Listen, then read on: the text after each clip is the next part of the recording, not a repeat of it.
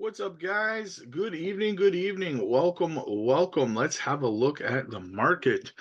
As usual, guys, not a financial advisor, not financial advice. Cardano has no chill today, just pumping 20.3% on the day, 43.8% on the month or on the week. Sorry, guys. I told you Cardano's pump was going to be coming. H-bar's pumping too, 7.5% almost. Algorand, 18.4%, guys. I hope you guys were picking up Algorand when it was 8 cents, guys, when everyone was flooding it all over the market.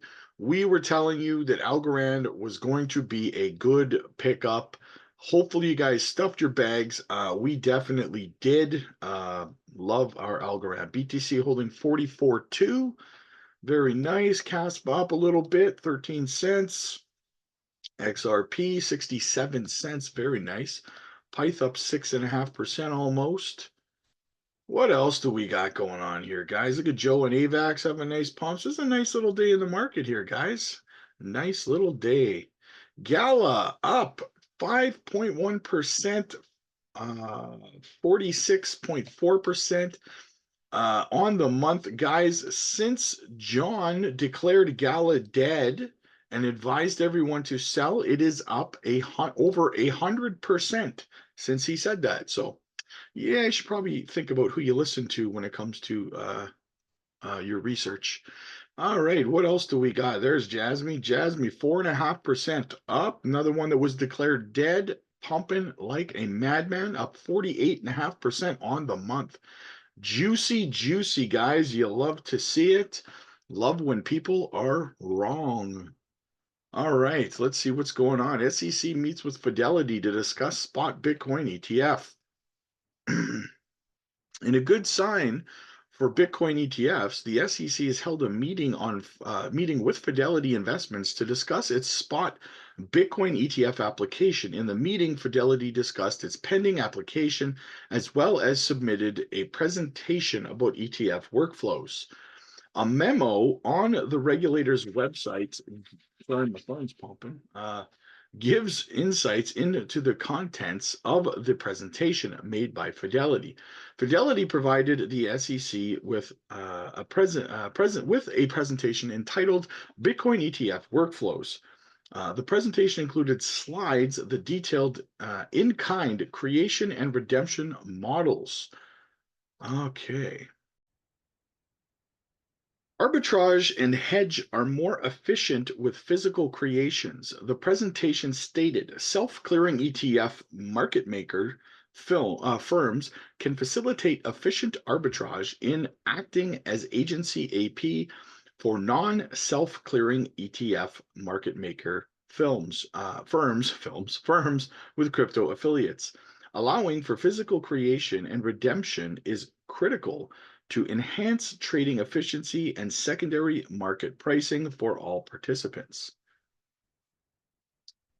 The SEC has been reviewing multiple spot Bitcoin ETF applications over the past month, which in turn has caused the entire crypto market to surge due to the optimism of the first ETF being approved. Bitcoin has led the charge, soaring north of 43,000. It's now 44,000. Fidelity is one of the multiple applications, while also including BlackRock, which also includes, BlackRock, Grayscale, and other top investment firms. BlackRock also met with the SEC back in November to discuss their workflow and pending Bitcoin ETF application. The asset manager also submitted a presentation about a revised in-kind model design. Early Friday, Fidelity Investments successfully placed its spot Bitcoin ETF on the Depository Trust and Clearing Corporation, DTCC. This further raised hype around Bitcoin's ETF as a pivotal step towards official approval. Big things, guys. This is looking so bullish, like you have no idea. Go back and look at the gold charts, guys. From when I think around 1961 here in Canada or something like that, when a gold ETF was finally passed, Check out what happened to the price of gold. SEC faces a critical deadline in controversial debt box investigation. We covered this last week, so we're just doing a recap or a follow up on it. A federal judge has granted the SEC an additional week to clarify its actions in a case against the cryptocurrency startup Debox. This extension, pushing the response deadline to December 21st, follows a directive from Chief United States District Judge Robert J. Shelby of Utah. Judge Shelby had previously questioned the SEC's statement regarding Debtbox's alleged attempts to transfer assets overseas, suggesting that some of the regulator's claims might be maternally false and misleading. The agency accused the firm of perpetrating a $50 million fraudulent crypto scheme. Debtbox sold software mining licenses tied to real world assets, which the SEC claimed were unregistered securities. The defendants refute this claim. Concerns over SEC's conduct. The SEC's pursuit of Debtbox, a crypto startup, involved efforts to implement and maintain a temporary restraining order. However, Judge Shelby raised concerns about the evidence and statements provided by the SEC, which claimed that Debtbox was attempting to move assets beyond the regulator's jurisdiction. These allegations have led to the judge asking the SEC to justify why its lawyers should not face sanctions. The SEC's response to this queries is now under intense scrutiny. SEC internal review and statement. In light of the judge's order, the SEC has undergone an internal review, assigning a new team of attorneys, including members of its Office of the General Counsel, to examine the case's developments. This team is tasked with preparing a comprehensive response to the court's inquiries. In a statement issued on December 7th, the SEC expressed its commitment to addressing the court's concerns diligently and thoroughly. The regulator's request for an extension, they explain, is to ensure a complete and accurate presentation to the court. This situation underscores the complexities and challenges faced by regulatory bodies like the SEC in overseeing a rapidly evolving cryptocurrency market. The outcome of this case could have significant implications for the SEC's future approach and strategies in regulating digital assets and startups within the crypto industry. Cryptopolitan reported earlier that Debtbox and several co-defendants are seeking the dismissal of the lawsuit brought forth by the SEC. Nonetheless, the SEC's upcoming response will be closely watched by both crypto industry and legal experts.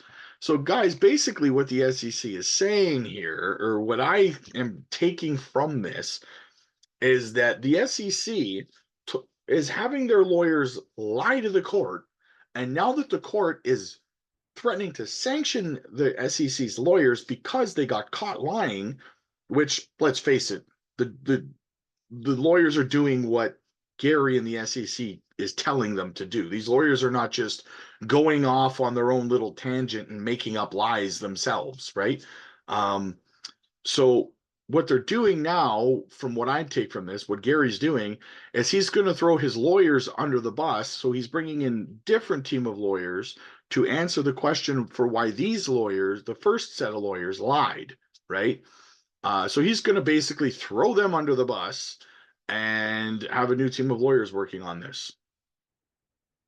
Does that sound, if you're a lawyer, does that sound like somewhere you want to work? They make you lie to the court, and then they throw you under the bus for telling the lie they told you to tell. Interesting. Anyways, time to move. What will Bitcoin's value be after the Fed's decision? Despite Bitcoin's price exceeding 40,000, some investors are still unaware if we are in a definitive period of recovery. Sorry, guys.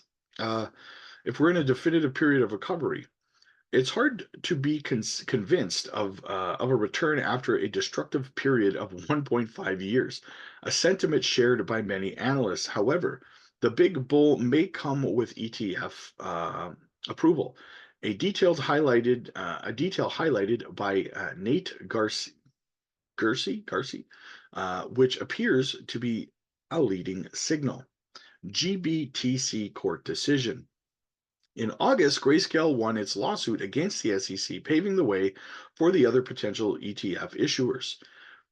We had shared with you all the details of the process from the first hearing of the case to its victory during the past month. The judge didn't find the SEC ETF rejection decision justified on the grounds of price manipulation. In the US, unresolved problems, political issues, rights, and freedoms are usually resolved by such court decisions. This court decision marked a historic turning point for crypto, as the SEC has approved future Bitcoin ETFs in 2021. It can't hide behind excuses of price speculation and volatility. As a result, we know that it has been holding discussions with issuers for months. Files are being updated, and we're getting closer to an approval every day. The GBTC decision was the main reason for the SEC to move away from its negative approach and take its counterparts into consideration. The SEC is concerned from all sides if it doesn't approve the ETF application that it will receive in the future of January. It may be sued by the world's largest asset manager, BlackRock, and other trillion-dollar giants. Senators say that they should approve and that this ridiculous attitude cannot be explained by the institution in the future. So the SEC will approve the spot Bitcoin ETF. However, this decision could come much earlier than January 10th. The ETF Institute's founding partner, Nate Garcy, wrote the following on this subject. Grayscale slash NYSE have yet to refile 19B-4 on Grayscale's Bitcoin Trust. Original filing was October 2021. The filing is still considered live since no refiling. Why shouldn't Grayscale be the first spot BTC ETF to launch by a mile? Also paved way for everyone else via court victory. They should be first in principle, yes, but the SEC is not going to approve one spot Bitcoin ETF and then delay the rest. And if they did do that, they do it for BlackRock over everybody else, in my opinion. Despite the months that have passed, there is no new application. The SEC may already be preparing to approve GBTC's conversion from a trust to an ETF. If this is the case, we may see approval for GBTC conversion to an ETF before the other ETF applications on January 10th. I do not personally believe we will see one approved over any of the others. I think we will see a whole basket of them approved all at once. Otherwise, the SEC will be accused of favoritism and picking winners and losers. And there's no way that they're going to give anyone first pick over BlackRock. That's just not going to happen. So check out the channel sponsor LBank, guys. The link is in the description to do your spot trading, leverage trading, copy trading. No KYC required. I'm still doing my copy trading over there, guys, and it's been working out wonderfully for me. We're making a lot of profits over there doing that. So definitely check that out.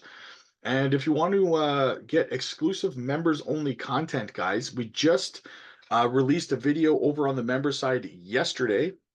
Very, very bullish on that micro cap gem. Very early project. If you want to get in early on these projects before they pump hundreds and hundreds of percents, guys, you got to join the member side. Most channels charge $29.99. We only charge $4.99.